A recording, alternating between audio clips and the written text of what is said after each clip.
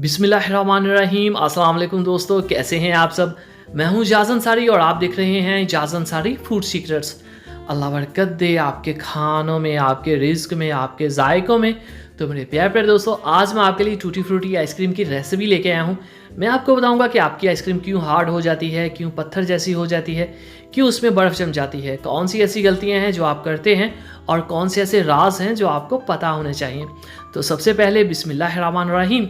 चूँकि गर्मियाँ हैं इसलिए मैंने बॉल को फ्रीज़र में रख लिया था, ठंडा कर लिया था। और ये है हमारे पास क्रीम 400 ग्राम। आप खुली क्रीम भी ले सकते हैं जो डेयरी फॉर्म से मिलती है। तो इसको भी मैंने 4 घंटे से फ्रीज़र में रखा हुआ था। ऐसा मैंने क्यों किया, क्योंकि आजकल आपको पता है गर्मी है और क्रीम को बीट करने के लिए उसका बहुत ठंडा होना सबसे ज़रूरी है। और अगर आपका बॉल गर्म होगा तो वो फिर गर्म हो जाएगी, फ़ायदा नहीं।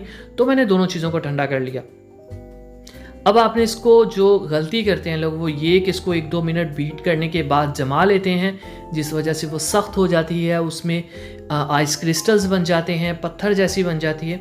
तो आपने ऐसा नहीं करना, आपने इसको तब तक बीट करना है जब तक ये साइज़ में डबल ना हो जाए।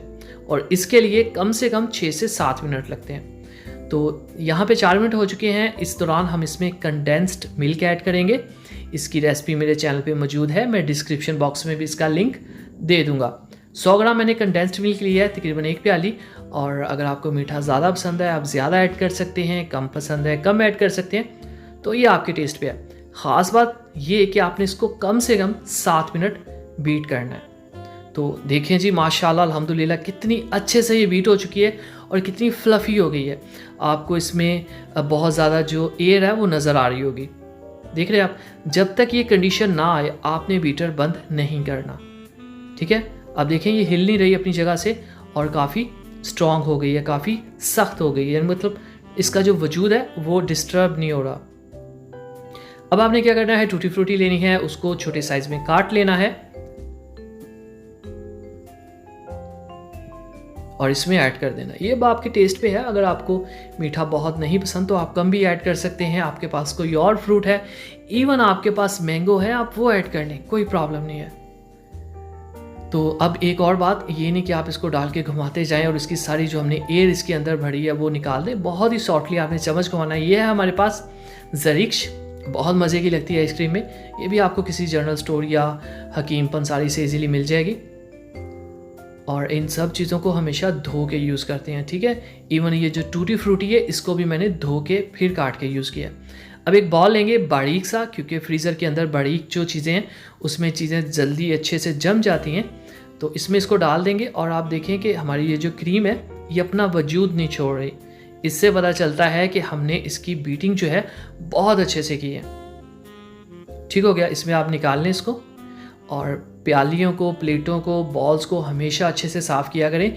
एक तिनका भी जो है ना वो ज़ाया नहीं होना चाहिए, ठीक है। इससे क्या होता है, रिज़्क में और आपके जो टेस्ट हैं उनमें बरकत आती है। सजावट के लिए ऊपर हम लगा देते हैं थोड़ी टूटी फ्रूटी, और कोई भी फ्रूट आपके पास अवेलेबल हो आप लगा सकते हैं। ये हमारे पास ज़रीक्श है। अब आपने इसके ऊपर ढक्कन रख देना है। इसके ऊपर किसी कवर की ज़रूरत नहीं है, किसी पेपर की ज़रूरत नहीं है, क्योंकि हमने जो बीटिंग प्रोसेस है वो बिल्कुल परफेक्ट किया है जैसा कि होना चाहिए। इसको फ्रीज़र में रखा है मैंने 4 से 5 घंटे। और अब चम्मच के साथ देखते हैं इसकी सॉफ्टनेस कैसी है। तो माशाल्लाह अल्हम्दुलिल्लाह, देखें जी मेरे अल्लाह की शान, उसकी रहमतें, नेमतें और बरकतें जो दी उसने हमारे हाथों में। मेरे प्यारे प्यारे दोस्तों, अगर आपको लगता है मैंने कुछ भी आपको अच्छा या नया सिखाया तो चैनल को ज़रूर सब्सक्राइब कीजिएगा और वीडियो को ज़रूर लाइक कीजिएगा। इजाज़त अंसारी को इजाज़त दीजिए। अगली वीडियो तक अल्लाह हाफिज़।